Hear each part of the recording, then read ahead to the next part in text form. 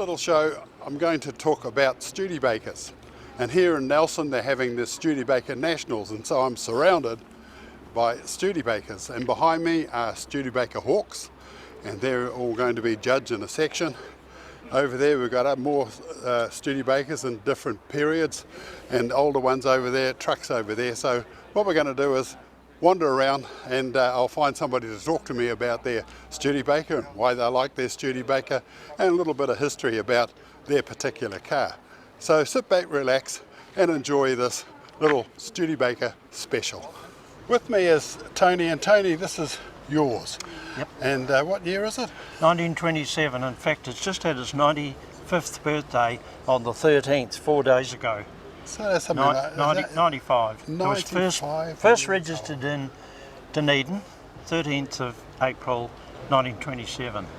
Yeah, not to our family, to a senior man down there. Sure. So my dad was able to buy it 18 years later. He needed a car for his family and high country run and work and so forth. And I can explain that. I know the exact day my dad brought that car, what he paid for it and everything. As it turned out, when he got back to Kurau from Waimate in this, yeah, his mother-in-law sent him up to the cottage hospital. Oh, you better get up to the hospital, your wife's up there, just delivered you a son. Oh, me. You. That's how I know how long I've been in Studebakers, Bill. Absolutely. It's easy, isn't it? That's absolutely. And of course, it was the family car, and it was the sheep runs, farm vehicle. So we've been together from exactly the same afternoon right through. So it was my daily driver when I was just turned 16, 17, 18. Drove up to Nelson all over the show in a great old car. But then I got the opportunity to put it away on the farm in a spare garage for 20 years. And then they sold the sheep run, and I went down and got it on a trailer and brought it up to Matawaika where I live.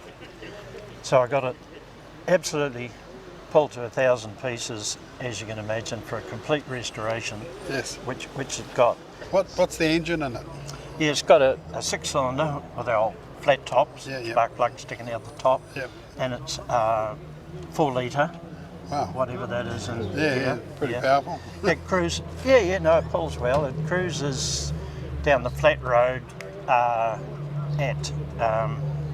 Speedo tells me 44 mile an hour. It's actually 50 mile an hour because I had one of the Larks following me, and he said, and I asked him, and he said, no, we're sitting on 50 mile an hour.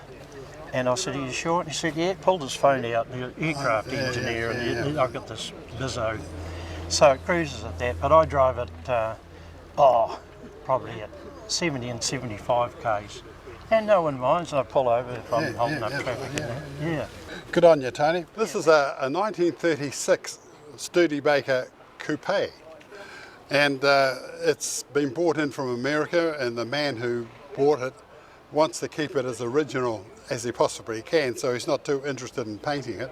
He just wants it to look like it is.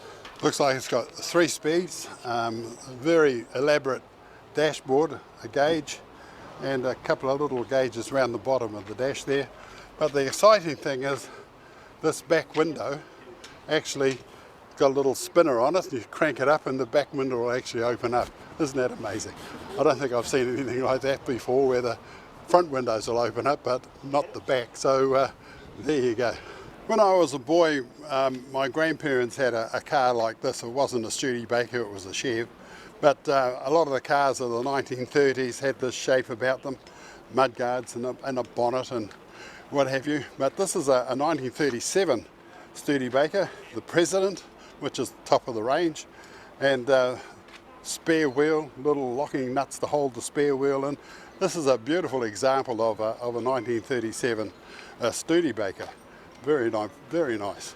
Next door, we've got a 1931 Studebaker.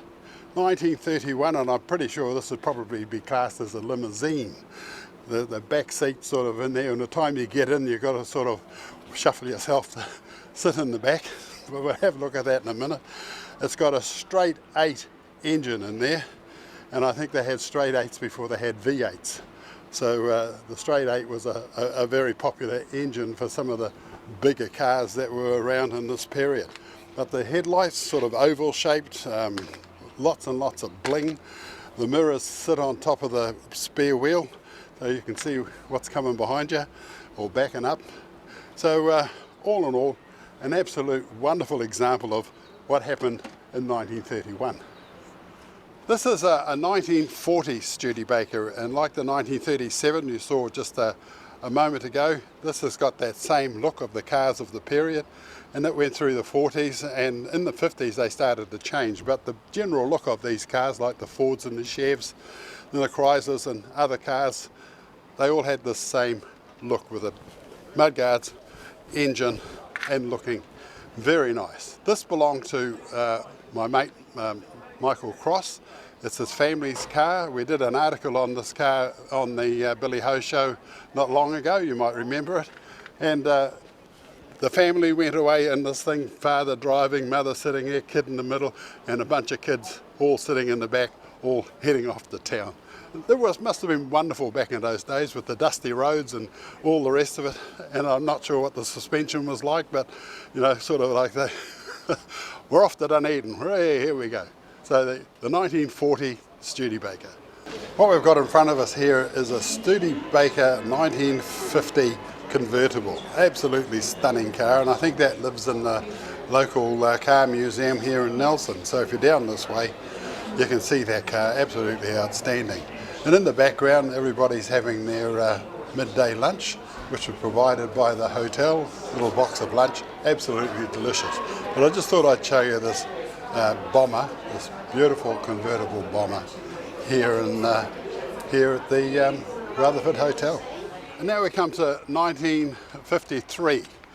And in 1952 it was the 100-year anniversary of Studebaker, who started in 1852, and they wanted to get the tooling done so they could produce a brand new car in 1952. But they didn't get it done in time. And so what they did is just sort of put a new grille on the bomber model, and so from 1946 to 1952 that was the shape of the Studebaker. In 1953 this is the brand new shape, and you can see the cabin shape, and as we go through the 55, the 57, you'll see the same cabin shape within the cars. This is called a Land Cruiser, which means it's the top of the range. Studebaker Commander Land Cruiser, this is what this is called. And this is the only one in the southern hemisphere, which makes it quite rare.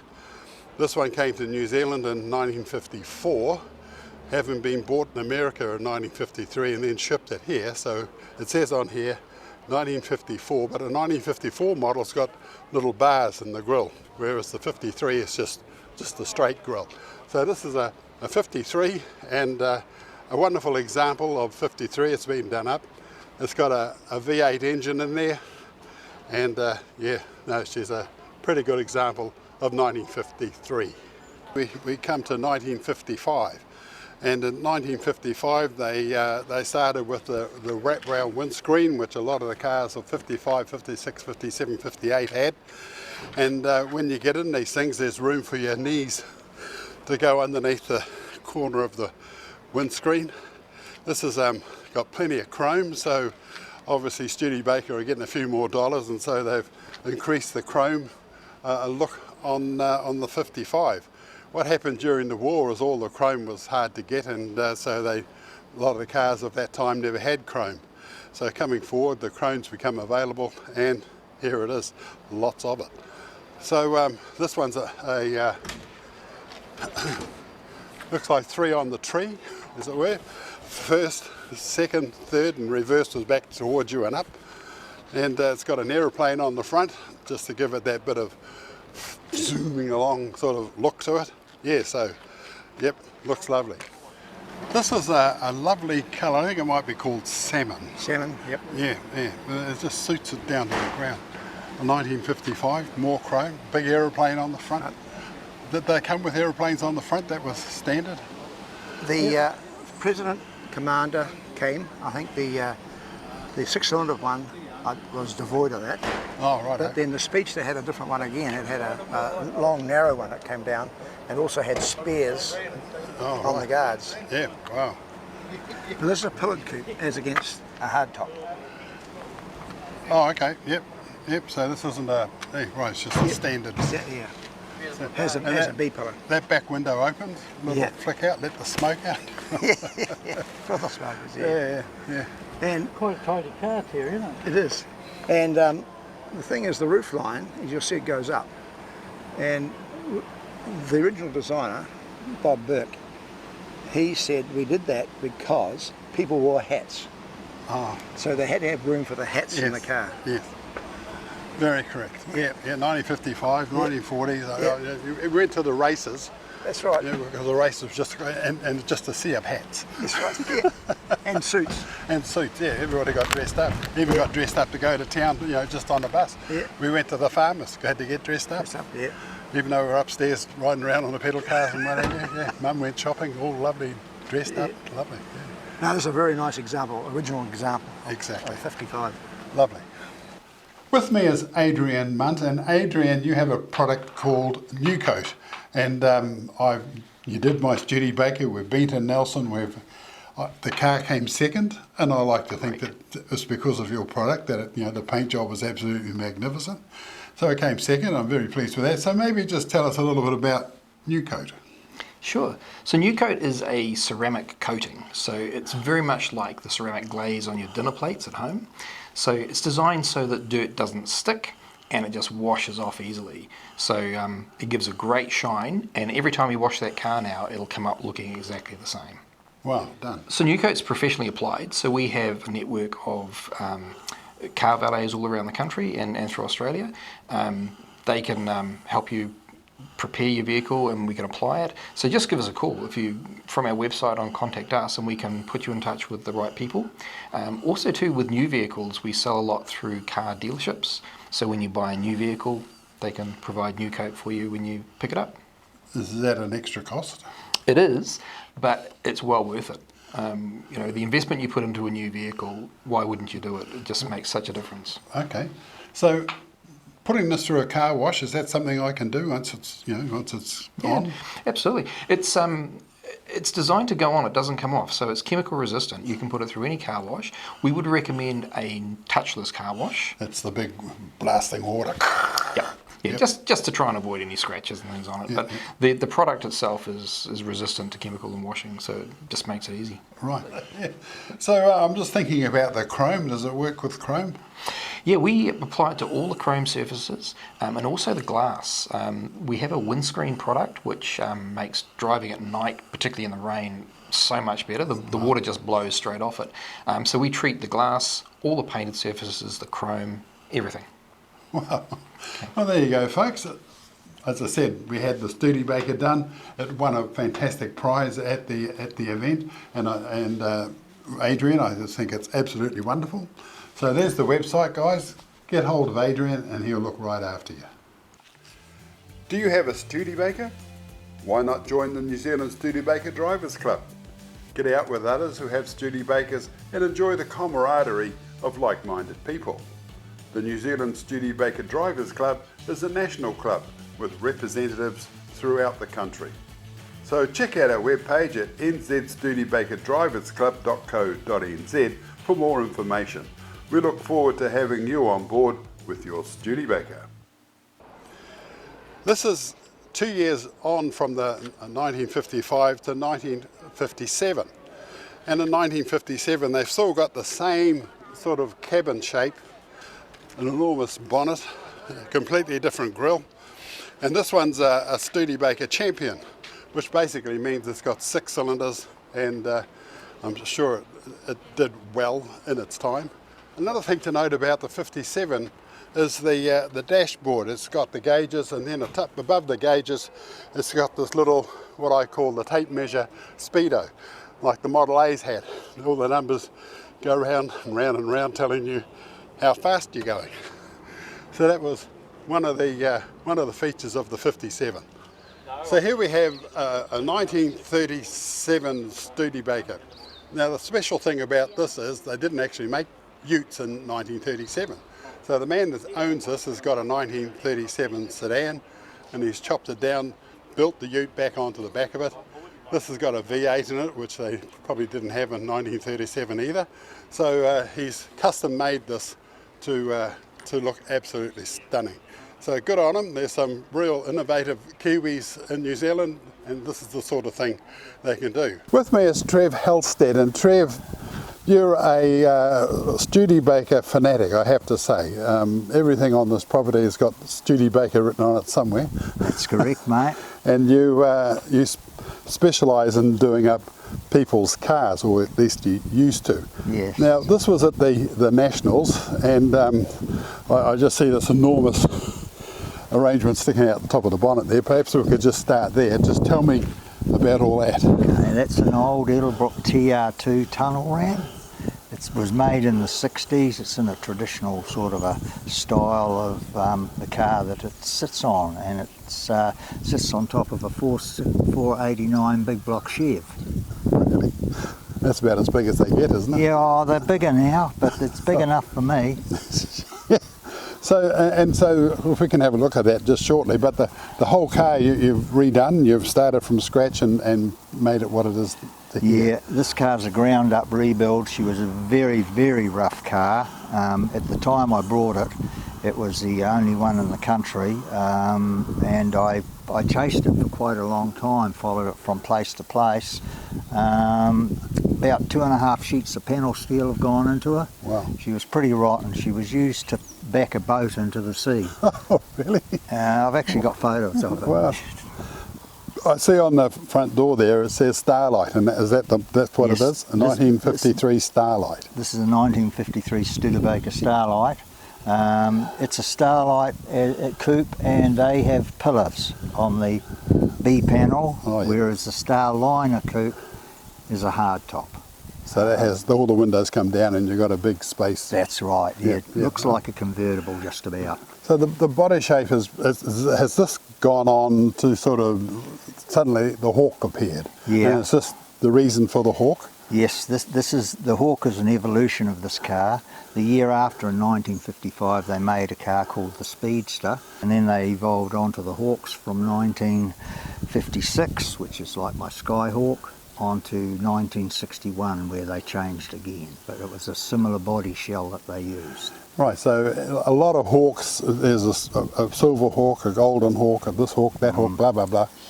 The range of Hawks is quite phenomenal, really. Yes, in their first year in 56 they brought out, the two popular ones are the Skyhawk and the Golden Hawk. So with the Hawks, I mean, you've got to consider that Studebaker are slowly going broke. And so the fins on them were pretty much similar to this, but in order to sort of make the fin like the 1957, 58, everything had fins. Yes. I think they just made a fiberglass fin and just plonked it on. Yeah, some had fiberglass, some had steel, and yeah, they were basically riveted on and then a chrome moulding put over it. And then painted. Yeah. Wow. So that's just interesting, folks. Studebaker folded in 1966, and so I think they were pretty much struggling the whole way through. And maybe, just as my tuppence worth, but maybe they had too many a model, and then they had sort of variations on that model. Sort of two-door convertible. You had a lot of choice. Yeah, there was a lot of variations. If we go back to this year, for example, they made not enough of these. They couldn't supply the demand for them. There was so many orders, so people decided to drop their orders and go buy a Thunderbird or something else. Right. Whereas they had geared up the factory to do sedans. So it was a bit of a mismanagement there. Right. These are very, very collectible now. There's a lot more coupes, etc. in the States that have been rebuilt than there is sedans. You're lucky enough to have a 53 Land Cruiser, which is an extremely rare car now, because no one saved the sedans. Oh, okay. They all saved these. Yeah, wow. There's a section called modified. Yes. And so this is what is commonly known as a modified. This definitely fits into that section. Yeah, she's well modified. With me is Terry Colville, and Terry's the president of the New Zealand Studebaker Drivers Club. And Terry, this is a cruiser. Maybe just tell me the difference between a cruiser and a Lark. The Americans, they didn't call the cruiser a Lark. It was just purely a cruiser. But the New Zealand assembled Lark were called Lark cruisers, and they have a nameplate Lark on the front left-hand and right-hand fenders. Yep. But the Americans are different. They also had the opening vent windows at the back. Oh yes. Yep. Functioning. Yep. And the 5 little flutes on the seat pillar. Is that did that allow air in? No, Or it's is it just ornamental. ornamental. And also the bumper bars had the extension pieces on the ends of the guards. Bumper bars, A couple of little knobs here to put it on. Yeah. And it had a different interior to the New Zealand assembled. Those seats look relatively comfortable, I Yeah, have to say. they're not factory though. They're aftermarket. Oh, okay. So this is a very nice car though. Yes. Terry, this is it's got shades of the 1950s cabin. It has. Like the door shape, and it's just like they've sort of put a new front and a new back, but just kept the centre similar. section. Yes. Yeah, this is a 61 Lark, and it's a short wheelbase Lark. And this is a 109-inch wheelbase. The others were 113-inch wheelbase, and the longer ones were called Lark Cruiser. Right. Yep. So this is quite a unique wee car. This And the reason they made it short? an option for the buyer. Oh, yeah. okay. It's just lots of options. Yeah. I got to say, Studebaker did that. They had Yeah. lots and lots of options. Lots of options, yeah. Convertible, short, long, in the middle, V8, 6. the list Land goes on. cruisers. They go on Yeah. and on and on. But Yeah. they especially the Larks. I mean, the Americans just call them all Larks. Right. Whether it's a Daytona or whatever, it's Yeah, called a yeah, Lark. yeah, But yeah. they had specific names for each model. So, Right. and this is quite a unique wee car. This. Excellent. Do you have a Studebaker? Why not join the New Zealand Studebaker Drivers Club? Get out with others who have Studebakers and enjoy the camaraderie of like-minded people. The New Zealand Studebaker Drivers Club is a national club with representatives throughout the country. So check out our webpage at nzstudebakerdriversclub.co.nz for more information. We look forward to having you on board with your Studebaker. So every new coat pack comes with the full detailing bag. We have here the product that the professional applicator will apply. Then you get everything else to look after your vehicle. So interior cleaner if you get any spots or stains on your upholstery or leather. A leather conditioner which prevents any soiling and keeps your leather nice and supple. We have a fabric stain repellent to stop any staining or anything on your upholstery or carpets. Air refresher just in case. And a dashboard product which is non-greasy and prevents dust. For the outside of your vehicle, we have a long life tyre dressing. Comes with a little applicator sponge so you don't get your fingernails dirty when you're applying it on. This stuff lasts for about 3 months. Anti-fog glass cleaner. We have a repellent shampoo and a wheel cleaner for keep your mags looking great.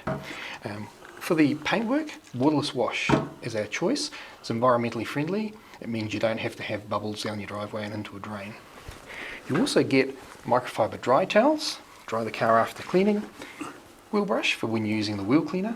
Okay. A new coat comes with a 5-year warranty. Terry, as we were talking about before, you had a choice. Yep. And you had, one of these, you can have a convertible, which is very, very nice to sort of stream along, wind in your hair, Sheila on the other side of you, you can't If go you're wrong. lucky. But this is a lovely little car. It is. It's I bought it in 1997 and had it ever since, and it's just a lovely wee car on the road. Yeah. It's once again a short wheelbase, 109-inch wheelbase, Yes. and it's just called a Lark 8. Lark 8, is that because it was the 8th model up? Or is 8 it cylinders. 8? Oh, really? The 6 cylinders were called Lark 6s. Oh, okay. So V1. Yep. Has electric hydraulic mechanism to take the top down and back up. Wow. That's flash. Hey? That's really flash, yeah. And it's got a V8 in it? V8, yeah. Yeah. What? You know, 259. okay, the usual. Yeah. And it's got 3-speed and overdrive, and it just goes along the road really lovely. So when you're in number 3, is it a kick down? You just sort of boot the accelerator and it kicks up? Kicks back up to top gear. Yeah, wow. Lovely. Terry, this car is a bit older than that one, or younger? 1 year older. Older. Yeah. So this is pretty flash. It's got chrome, though it hasn't. No. It's got a different sort of a flute with just a hole, and that seems to have a bit of a grill. It's chromed, And whereas it's chrome. that one's painted. Okay. Also, the grille shell is different. If you look at the texture Yep, compared to the 63, Wow. just subtle changes they made. Yeah, yeah. Sure.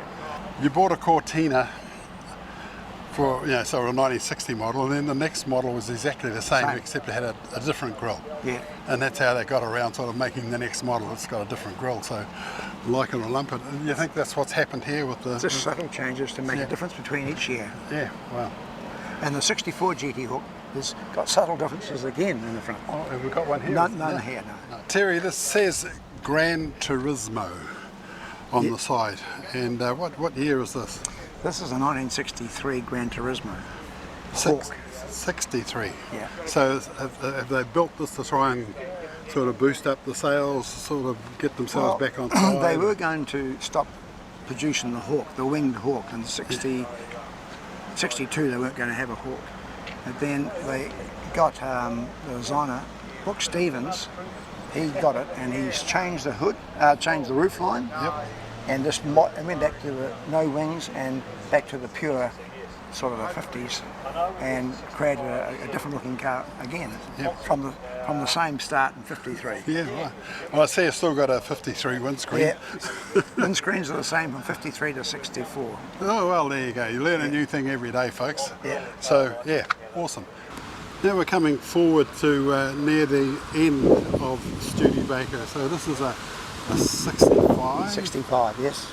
And it's got that flat look that a lot of cars had in the 60s. 60s, yep. Yeah, and behind us here is the 66, which is the end. The end. That's the end of the one, yeah. Yep, Made in Canada. made in Canada. And that's made in Canada too. Oh, did they have a branching? Oh, I think they did. Yeah, Hamilton, Ontario was okay. they made the last 2 years of production was in Canada. Wow. That's why they used the GM 283 Chevy motor. Oh, okay. So they've gone away from the Studebaker. Well, they shut the foundry down once they closed it in South Bend. Yeah. Yeah.